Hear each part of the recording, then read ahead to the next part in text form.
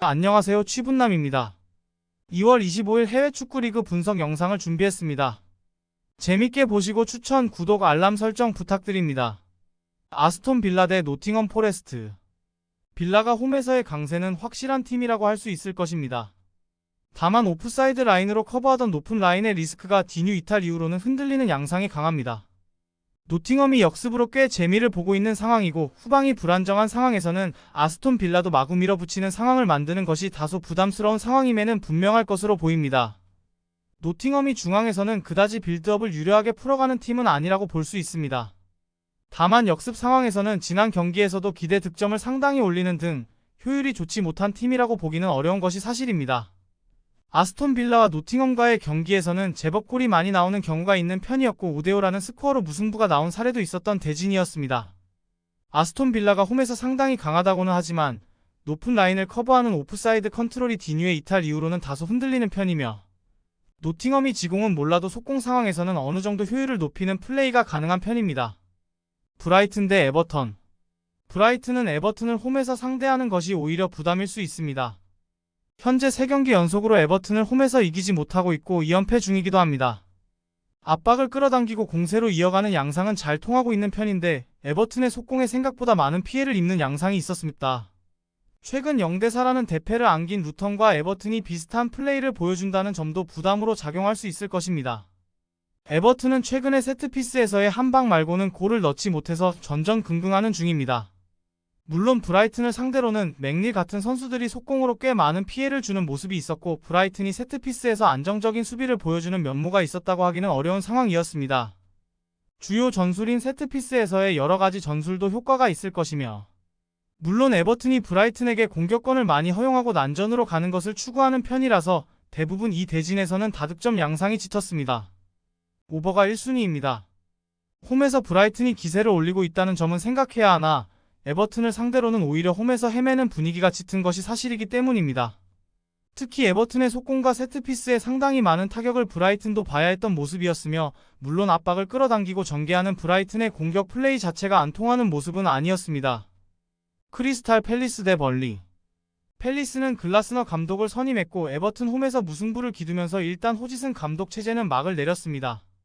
글라스너 감독은 중앙에서의 압박과 역습 성향을 잘 보이는 편인데 팰리스가 보여주던 중앙에서의 졸전 양상을 극복할 만한 역량은 있다고 할 수 있는 감독을 선임한 셈이 되었습니다.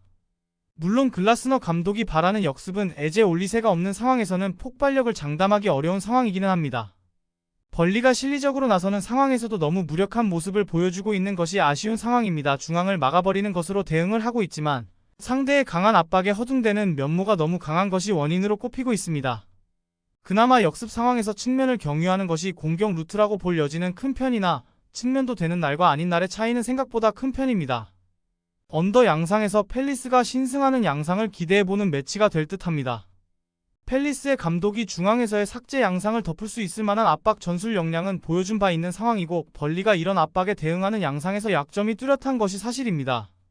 물론 팰리스의 역습 폭발력은 에제 올리세가 없는 상황에서는 장담을 하기 어렵습니다. 맨체스터 유나이티드 대 풀럼. 맨유의 경기력은 루턴 타운에게도 맹공을 허용해야 했을 정도로 좋은 면모는 보여주지 못했습니다. 다만 호일룬과 레시포드의 폼이 상당히 좋은 편이라 결과 자체는 잘 가져오고 있는 상황입니다. 결국 경기력이 좋지 못해도 공격수들이 제 몫을 해내는 상황이라면 승점을 따낼 수 있다는 명제를 잘 따르고 있는 상태이며 풀럼이 일단 높은 라인을 구축하는 편이라 맨유의 공세적인 플레이 자체는 잘 통할 가능성이 높습니다. 풀럼은 높은 라인으로 인해서 기동력이 있는 팀에게는 수비적으로 약하다는 점이 지난 아스톤 빌라전에서도 페인으로 지적되었습니다. 그나마 1차 저지선 역할을 해주는 선수가 팔리냐인데 징계로 인해서 이 경기에서는 나올 수 없는 상황입니다. 풀럼이 공격적으로 플레이를 하는 상황에서는 맨유의 압박을 못 이겨낼 상황은 아니라고 보지만 결국 문제는 수비에서 야기될 가능성이 높습니다. 맨유의 승리와 오버를 노릴 수 있는 상황이라고 봅니다. 맨유의 전방 압박은 4부 리그 팀에게도 통하는 상황이었다고 보기는 어려운 것이 사실이었습니다. 다만 호일룬과 레스포드, 브루노 같은 공격진들의 활약으로 어쨌든 승점 3점은 잘 챙겨가고 있는 상태. 풀럼의 높은 라인을 저격할 수 있을 만한 역량은 된다고 볼 수 있습니다. 본머스 대 맨체스터 시티. 본머스는 맨시티에게는 아주 약한 관계입니다. 그럴 수밖에 없다고 볼 수 있는 것이 본머스의 대인 압박이 유려한 패스 플레이를 만나게 되는 상황에서는 무용지물이 되기 때문입니다.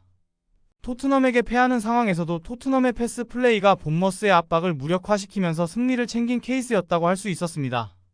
측면에서의 공격 플레이로 맨시티를 괴롭히는 양상이 없지는 않지만 문제는 본머스의 수비가 맨시티의 공세를 잘 견뎌내는 모습은 아니었다는 점입니다. 맨시티는 지난 경기에서도 홀란드의 골을 제외하면 부진한 모습이었습니다.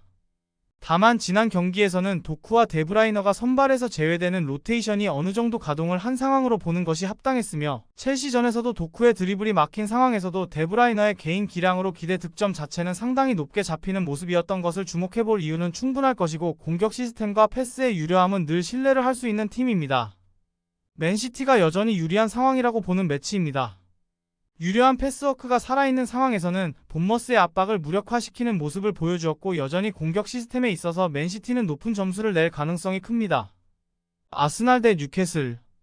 아스날은 지난 경기에서는 포르투와 비기겠다고 나왔고 라스트 미닛 골을 허용하면서 결국 패배를 면하지 못하는 모습이었습니다. 다만 리그에서의 성적은 상당히 좋은 편이라고 할 수 있는 상황이고 특히 빠르게 전진할 수 있는 전개 능력이 상당히 믿을만한 상황입니다. 1위 자리를 차지하기 위한 싸움을 해야 하고 홈이라서 뉴캐슬을 상대로도 지난 경기와 같이 소극적으로 이어갈 이유가 없다는 점도 참고하면 좋을 듯 합니다. 뉴캐슬의 원정 약점은 심각한 수준입니다. 물론 최근 원정에서의 페이스가 좋다고는 하지만 기본적으로는 수비진의 노쇠화로 인해서 공간을 커버하는 기동력이 상당히 부족한 면모를 보여줄 가능성이 높습니다. 아스날이 휴식기를 거친 이후로는 빌드업에서의 속력이 확실히 붙은 상황이고 올 시즌에도 패스를 중원에서 유려하게 보여줄 수 있는 맨시티, 토트넘, 리버풀 같은 팀에게는 전패를 기록하는 모습을 보여주기도 했습니다. 아스날이 승리를 거둘 것으로 보이는 매치입니다. 일단 아스날이 휴식기를 거친 다음에는 패스 플레이에 속력이 붙은 상황이고 뉴캐슬은 원정에서 수비진의 기동력 부족으로 인한 리스크가 상당히 짙은 것이 사실입니다. 압박이 풀리는 패스워크가 되는 팀의 뉴캐슬이 약했고 아스날의 현재 시스템은 이런 플레이가 충분히 가능할 것으로 봅니다. 울버햄튼 울브스 대 셰필드 유나이티드. 울브스는 셰필드를 상대로 의적 기질이 그나마 변수라고 볼 수 있는 상황일 것입니다. 울브스가 1차전 대결에서도 패하는 모습을 보여주기도 했는데 일단 당시에도 오픈 플레이에서 상대의 박스 진입을 차단하는 것까지는 보여주었다는 점을 무시하기는 어려울 것입니다. 일단 셰필드가 상대의 공격을 오픈 플레이든 세트피스든 대응하는 면모에서 깔끔하다는 인상은 전혀 주고 있지 못한 것이 사실입니다. 셰필드가 선수비 후역습 성향이거나 중앙에서의 전개가 잘 안되는 팀에게는 효과를 보는 경우가 있기는 했습니다. 다만 울브스가 선수비 후역습 성향이라고 해도 중앙에서의 전개가 안되는 팀은 아니라는 점에 주목해야 할 것입니다. 맨유를 상대로도 중앙에서 공을 달고 전진하는 퍼포먼스 정도는 보여준 적이 있고 지난 경기 사라비아 네투 같은 공격수들의 활약도 제법 좋은 모습을 보여준 바 있습니다. 경기는 울브스가 여전히 유리한 상황이라고 봅니다. 1차전에서도 내용상에서는 울브스가 못했다고 하기는 어려웠습니다. 셰필드가 수비를 깔끔하게 해내기에는 세트피스나 오픈 플레이양 상황에서 보여주는 수비 능력이 만족스러운 상황이라고 보기는 어려운 상태이기 때문입니다. 분데스리가 바이에른 뮌헨 대 라이프치히. 바이에른은 사실상 우승 경쟁은 끝났고 이제는 투엘이 언제 경질되느냐가 더 관심거리인 상황입니다. 문제는 라이프치히를 상대로는 최근 1무 2패로 부진하다는 것입니다. 상대가 중앙을 틀어막아서 빌드업을 막아버리면 개인 기량으로 풀어나가는 것 이외에는 해법이 딱히 없습니다. 사실 풀백 라인의 전멸로 인해서 게이루, 키미히를 수비로 돌리는 상황이라면 삼선에 쓸만한 선수도 그다지 없습니다. 라이프치히의 포메이션 약점은 상대가 측면에서 강할 경우에는 상당히 많은 약점을 노출했습니다. 다만 현재 바이언의 풀백 라인은 전멸 수준인 상황이고 윙어들도 모두 부진한 양상이며 큰 부담 없이 중앙에서의 상대 빌드업을 억제하는 식의 운영을 유지해도 되는 상황입니다. 결국 자신들이 가장 잘할 수 있는 것을 하면 되는 상황이라는 것. 라이프치히가 이길 수도 있습니다. 현재 스쿼드 상황에서 바이언이 매우 부실해진 상황이고 삼성과 풀백이 모두 고민인 상태이며 상대가 중앙을 막아버리는 상황에서도 측면 우회를 제대로 할 수 있을 만한 상황인지도 모르겠고 빌드업 상황에서도 라이프치히 수준의 압박은 매우 부담스러운 것이 사실입니다. 프랑크푸르트 대 볼프스부르크. 프랑크푸르트는 팀의 장점인 견고함이 상당히 떨어지는 모습을 보여주고 있습니다. 지난 경기에서도 원정에서 약한 생질로아스에게 2골을 허용하고 패한 것입니다. 득점력이 아주 꾸준한 타입은 아니고 수비와 견고함으로 승점을 쌓는 팀이 현재 보이고 있는 모습은 결코 바람직하지 않은 양상이며 주중 경기를 치르면서 에너지 소모가 컸고 볼프스부르크에게는 최근 홈에서 2연패를 당하는 등 마이너스 요소가 많습니다. 볼프스는 활동량을 바탕으로 전진해오는 프랑크푸르트를 꽤나 잘 상대한 경험이 있습니다. 물론 볼프스부르크가 선수비 후역습이라는 점을 감안해도 상대의 미스를 골로 연결시키는 능력 자체가 좋다고 보기는 어려운 편이기도 하고 원정에서는 강등권 쾰른과 다름슈타트에게만 승리를 기록하는 등 원정에서의 성적 자체는 고평가를 해줄 수 있는 수비 능력에 비해서는 좋다고 보기는 어렵습니다. 언더 양상의 무승부를 기대해보는 경기입니다. 프랑크푸르트가 최근에는 견고함이 상당히 하락한 모습이고 볼프스부르크와의 상성도 그다지 좋았다고 하기 어려운 것이 사실입니다. 물론 볼프스부르크도 골을 기록하는 능력이나 원정에서의 결과가 만족스러운 상황은 아닌데 그래도 수비 능력은 평가를 어느 정도 해줄 수 있습니다. 리그앙 로리앙 대 낭트. 로리앙은 3연승을 달리고 있습니다. 다만 미드필더에서 전개를 하면서 팀의 턴오버 약점을 지운 로우자나 수비에서 제 몫을 한 카트세리스가 없는 상황에서는 로리앙의 고질적인 문제가 다시 수면 위로 올라올 가능성이 높습니다. 로리앙이 낭트를 상대로는 이기는 경우에서도 난전이 일어나는 경우가 잦았고 상대에는 박스 안에서의 결정력이 좋은 선수가 꽤 많습니다. 낭트는 1대1 상황에서 수비를 하는 것이 잘 통하지 않는 상황에서는 기복이 어느 정도 있는 편입니다. 다만 로리앙을 상대로는 상대의 약점을 상당히 잘 저격을 했던 편이었고 이 상태에서는 카운터로 모하메드 같은 결정력이 좋은 선수들에게 공을 전달해주는 양상이 많았던 편이었습니다. 물론 수비 상황에서의 피해는 어느 정도 감수를 해야 할 것으로 보이기는 하지만 낭트가 로리앙의 현재 전력에 맞부딪힐 정도는 충분합니다. 오버를 기대하는 경기입니다. 로리앙이 미드필더진에서의 누수가 있다면 턴오버와 수비라는 단점이 다시 고개를 들 수 있는 상황입니다. 낭트도 1대1 상황에서의 압박에 상당히 수비를 의존한다는 점을 감안하더라도 낭트가 압박이 먹히는 상황에서는 박스 안에서 결정력을 보여주는 선수들에게 공을 전달해주면서 화력 싸움을 붙여볼 수는 있습니다. 스트라스부르 대 브레수트아. 스트라스부르는 최근에 견고함이라는 팀 최고의 무기가 흔들리고 있는 상황입니다. 기본적으로 감독이 공격력에서의 정교함을 잘 가져오는 편이 아니라서 수비가 흔들리는 상황에서는 어려운 승부를 할 수밖에 없습니다.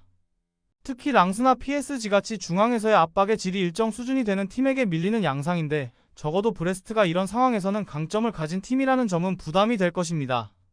브레스트와는 카스티오가 처지는 상황에서는 득점에서의 전개가 다소 아쉬운 감은 있습니다. 다만 창조성이나 찬스메이킹 양상에서 아쉬운 삼선이 적어도 수비와 압박에서는 장점을 보여주는 편입니다. 이 플레이를 바탕으로 중하위권의 팀을 상대로는 주도권을 잡아가면서 공격력에서의 능력치를 일정 수준 유지하고 있는 점은 팀의 장점이며 상대가 올라오는 상황에서는 거친 플레이도 서슴지 않고 시도할 수 있을 것입니다. 경기는 브레스트와의 우세를 기대해봅니다. 최근 스트라스부르가 견고함이 흔들리는 양상이 보이고 있는 상태고 중원에서의 압박이 강한 팀을 상대로는 확실히 주도권 싸움에서 밀리면서 부진하고 있는 양상입니다. 브레스트와가 공격적으로 확고한 모습을 보여주는 상황은 아니라고 해도 결국 중하위권을 상대로는 중앙의 힘으로 주도권을 쥐면서 안정적으로 게임을 풀어가는 능력은 보여주고 있습니다. 랑스 대 모나코. 랑스는 주중 경기가 연장까지 간 혈투였다는 점은 부담스러운 점이나 전반적으로 주중 유럽 대항전이 있는 주에서도 주말 경기를 전체적으로는 잘 풀어오던 편이었습니다. 압박의 질이 홈에서는 상당히 좋아지는 편이라서 전반적으로 홈에서 강한 양상을 보이는 편이며 올 시즌 Y의 페이스가 다소 아쉬운 점은 있지만 모나코가 박스 안에서의 수비가 안정적이라고 보기는 어렵다는 걸 이용할 수 있을 것으로 봅니다. 모나코가 랑스의 수비와 압박에 골이 막히는 상황은 만들지 않았던 것이 사실입니다. 다만 마리판의 절망적인 수비 범위로 인해서 상당히 모나코가 원정에서는 수비 때문에 고생하는 경우가 매우 많은 편입니다. 돌아올 베네데르와 찬스메이커 골로빈이 역할을 해줄 수는 있을 것으로 보이나 원정에서는 홈과 비교하면 실점이 2배 가까이 늘어나는 모습을 보이고 있습니다. 경기는 랑스의 오버 양상 승리를 기대해봅니다. 랑스가 주중 경기 연장 혈투를 치르기는 했는데 그래도 주중 경기가 있는 상황에서도 페이스는 잘 유지를 하는 편이었고 홈에서의 압박의 질과 전반적인 성적이 좋은 편입니다. 모나코의 화력은 인정하는 바이나 원정에서 극도로 불안해지는 수비가 문제가 될 것입니다. 툴루즈 대 릴. 툴루즈가 주중 경기가 있는 상황에서는 상당히 고전할 것으로 보입니다. 유로파리그에서도 리버풀 같은 강호들을 상대하기 위해서 에너지 레벨을 상당히 올리는 모습은 많이 보여준 편인데 어쩔 수 없이 전반 중반부터 에너지 레벨이 극도로 소모되는 영향을 맞이해야 했습니다. 릴이 그래도 주포의 컨디션 상황이 아주 안정적이지는 않지만 툴루즈의 강점이 수비라고 말하기는 어렵습니다. 릴은 데이비드가 터지는 상황에서는 높은 라인으로 인한 다득점과 공격적인 플레이가 인상적으로 나오는 경우가 있습니다. 다만 올 시즌 데이비드의 결정력이나 기복이 상당히 아쉬운 양상이고 그래도 높은 라인이 상대의 전진과 볼 방출을 억제하는 식으로 작용하는 등 밸런스가 기묘하게 맞아가는 양상이 있습니다. 높은 라인으로 주도권을 쥐면서 상대의 에너지 소모를 유도하는 식으로는 접근을 할 수 있을 것으로 봅니다. 경기는 데이비드의 폼이 일정한 상황은 아니라서 언오버 여부는 확신을 하기 어렵습니다. 다만 높은 라인으로 주도권을 쥔 상황에서 릴이 툴루즈의 체력적인 소모를 강요할 수는 있을 것이며 이 상태에서 툴루즈의 수비나 압박의 강도가 일정 수준을 꾸준하게 이어가기는 어렵다고 봅니다. 니스 대 클레르몽. 니스를 공략할 수 있는 비법은 이미 리그 내에 퍼진 상황입니다. 지공 상황에서는 생각보다 힘을 못 쓰는 편이라서 라인을 내리고 버티기만 하더라도 어느 정도 니스의 공세를 컨트롤하는 것은 가능합니다. 선제골을 넣는 상황에서는 하이브리드 압박과 수비의 힘으로 승리를 가져오는데 능한 편이기는 하지만 최근에는 상대가 선제골을 먼저 넣는 경우도 많아지는 모습을 보여주고 있습니다. 클레르몽은 니스의 낮은 라인 공략 능력이라는 약점을 알고 있을 가능성이 높습니다. 승리를 기대하기 어려운 이유라면 클레르몽이 점유와 주도권을 가져가는 상황에서도 박스를 타격하는 능력은 애초에 부족한 팀이었기 때문인데 결국 니스를 상대로 기대해 볼 수 있는 것은 무승부 이상을 기대하기는 어려운 상황이라고 봅니다. 언더 양상을 기대해 볼 수 있을 것입니다. 일단 니스가 상위 전력이고 클레르몽의 박스 타격 능력을 생각하면 근소하게나마 니스가 유리하다고 볼 건덕지는 있겠지만 결국 낮은 라인을 공략하는 데 어려움이 있다는 점이 변수로 작용할 것이고 클레르몽이 이런 교과서적인 대응을 하는 상황에서는 니스도 최근 흔들리고 있는 양상에서 벗어나기는 어려울 수 있습니다. 무승부로 분산 투자하는 것도 추천합니다. 르아브르 대 랭스. 르아브르는 카운터를 내는 능력이 부족한 편입니다. 다만 버티는 능력이 있어서는 꽤 괜찮은 면모를 보이는데 모나코나 니스 같은 강호들도 르아브르의 낮은 라인에는 꽤 고전했습니다. 상대가 라인을 높여서 플레이하는 면모가 있기는 하지만 주도권을 내주는 상황에서도 수비적인 퍼포먼스는 기대를 해볼 수 있습니다. 애초에 랭스가 점유에 비해서 골을 잘 넣는 특징을 가진 팀도 아닙니다. 랭스가 보여주는 힘은 압박과 수비. 다만 공격수들이 골을 넣을 수 있는 상황에 많이 처하는 모습은 보여주지 못하고 있는 것이 사실입니다. 이토가 어시스트에는 능한 편이지만 정작 골을 직접 기록하는 스타일이 아니라는 점도 아쉬운 요소라고 할 수 있고 그나마 압박으로 인해 생기는 공간을 타격하기에는 르아브르의 카운터 능력이 부족하다는 점은 다행일 것입니다. 언더 양상을 기대해 볼 수 있을 것입니다. 과감하게 간다면 무승부도 추천할 수 있는 선택지입니다. 르아브르가 카운터를 내는 능력은 부족하다고 하나 버티는 능력은 상당히 많이 보여준 바 있는 모습이었고 랭스도 주도권을 쥐는 압박 능력에 비해서는 득점력이 딸리는 편입니다.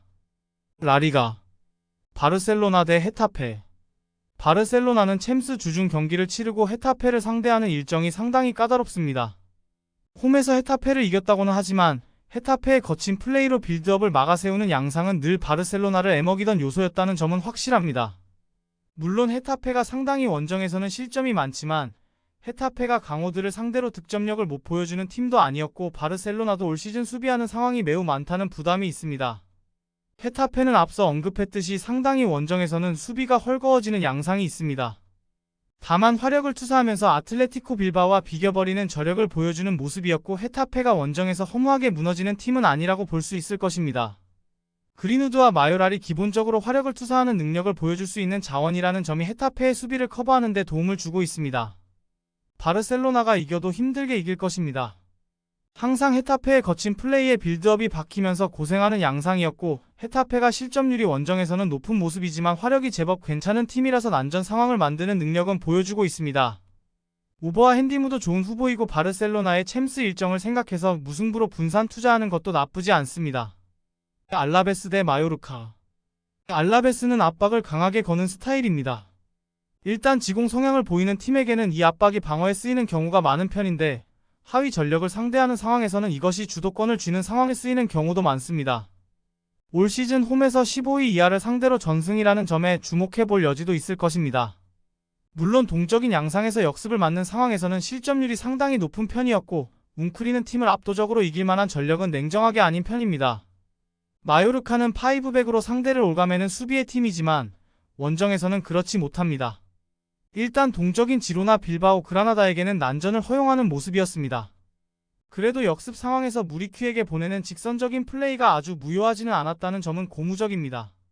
원정에서 성적이 전반적으로 안 나오는 특성이 있지만 일단 난전 양상을 만드는 능력 자체는 있다고 볼 수는 있습니다. 의외로 오버 양상이 나올 수도 있는 경기라고 봅니다. 일단 알라베스가 상당히 동적으로 움직이는 스타일을 가지고 있는 편이기도 하고 원정에서는 마요르카가 이런 양상의 팀에게 약했던 것은 사실이기 때문입니다. 물론 알라베스도 역습 상황에서 대응이 아주 깔끔한 상황은 아니지만 홈에서의 하위권 상대 강세 정도는 기대를 걸어볼 수 있습니다. 알메리아 대 아틀레티코 마드리드. 알메리아가 득점력에서는 두각을 드러낼 수 있는 상황이 될 것으로 보고 있습니다. 레알 마드리드를 상대로도 2골을 기록했던 경기가 있기도 했는데 당시 레알이 체력적으로 부담을 크게 느끼고 있는 상황이었음을 감안하면 챔스를 원정에서 치르고 온 아틀레티코가 알메리아의 의외의 화력에 당황할 수 있습니다. 물론 꾸준히 대응이 좋지 못한 수비는 감안해야 할 것입니다.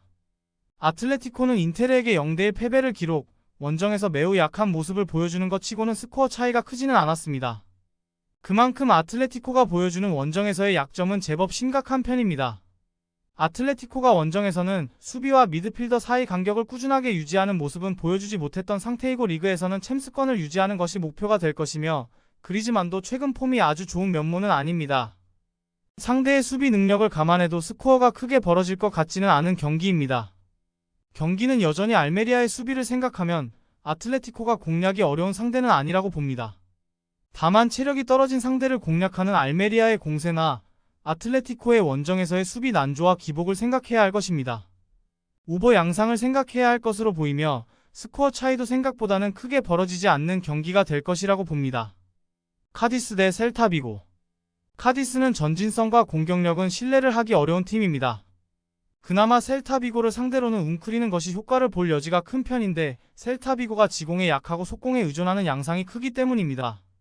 그나마 카디스가 간격을 좁히는 상황이라면 측면에서의 전력도 명확하지 않은 셀타비고를 괴롭히는 양상을 만들 가능성은 있을 것으로 보입니다. 셀타비고의 약점은 중앙에서의 문제가 공수에 미치는 악영향이 큰 편입니다.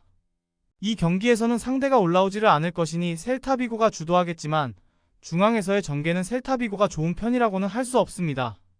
물론 현재는 리스티치와 민게사가 없는 상황이기도 해 셀타비고의 장기인 역습 상황에서의 힘도 보장을 하기 어렵다는 점이 치명적인 양상으로 이어질 것입니다. 경기는 무승부를 기대해 볼 수도 있을 것입니다.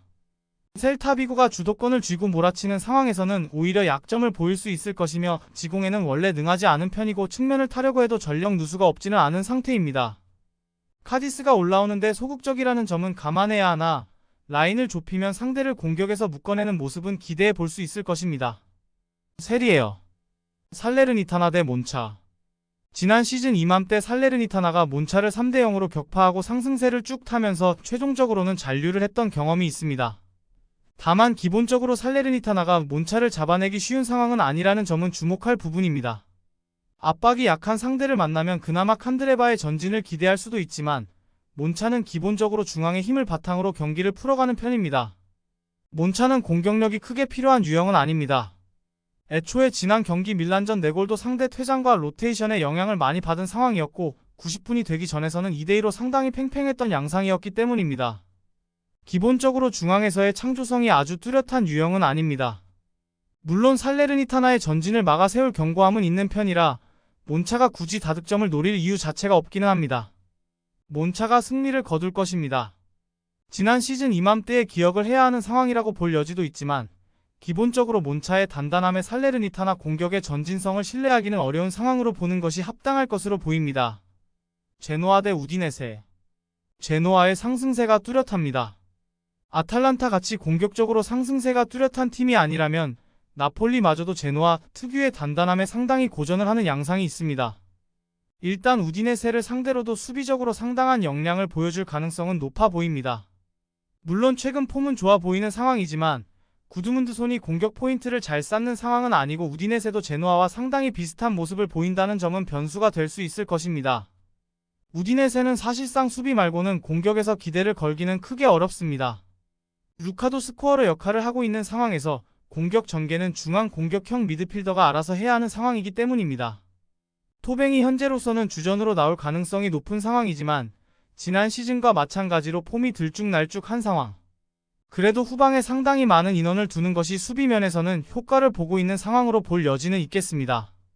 역시 두 팀의 특성상 언더가 나올 것이 유력한 상황으로 보이는 상황입니다. 그나마 구드문드 손의 평점 자체가 나쁘지 않은 제노아가 조금이나마 더 유리한 상황으로 볼 여지는 있을 테지만 우디네세의 수비력도 만만한 상황은 아닙니다.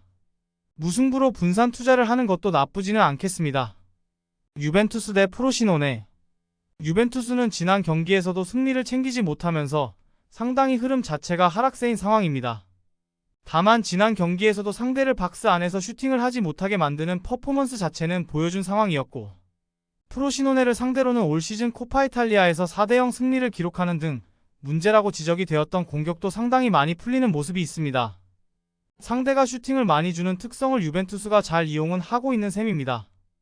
프로시노네는 홈에서 중앙을 잡아먹는 상황에서 상당히 공격적으로 보여주는 양상이 만만한 팀은 아니라고 할 수 있는 전력입니다.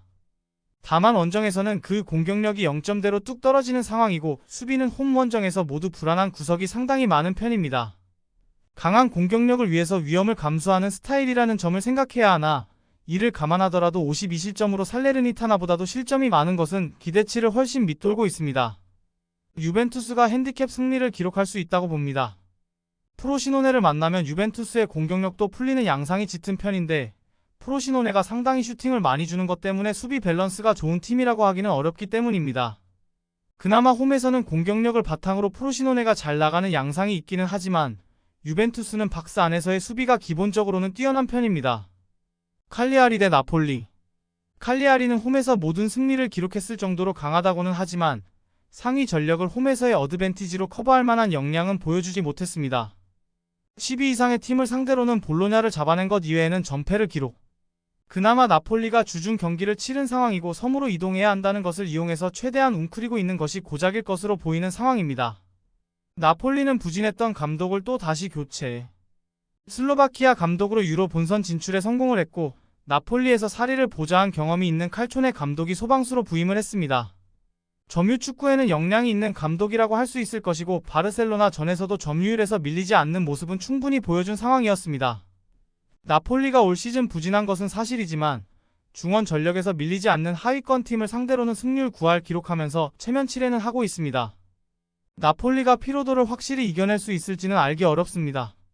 다만 중앙 전력에서 앞서는 상황에서의 승률은 좋은 편이고, 칼리아리가 홈 어드밴티지 하나만 가지고 상위 전력과의 승부를 뒤집어내는 양상을 만들어낸 모습을 보여주지도 못한 것도 사실입니다. 나폴리가 이기는 경기를 할 것이 유력하다고 봅니다. 오늘의 해외 축구 분석은 여기까지입니다. 영상 재밌게 보셨다면 구독, 좋아요, 알람 설정 부탁드립니다. 더 자세한 정보를 알고 싶으시다면 고정 댓글란 가족방 입장해주시기 바랍니다. 감사합니다.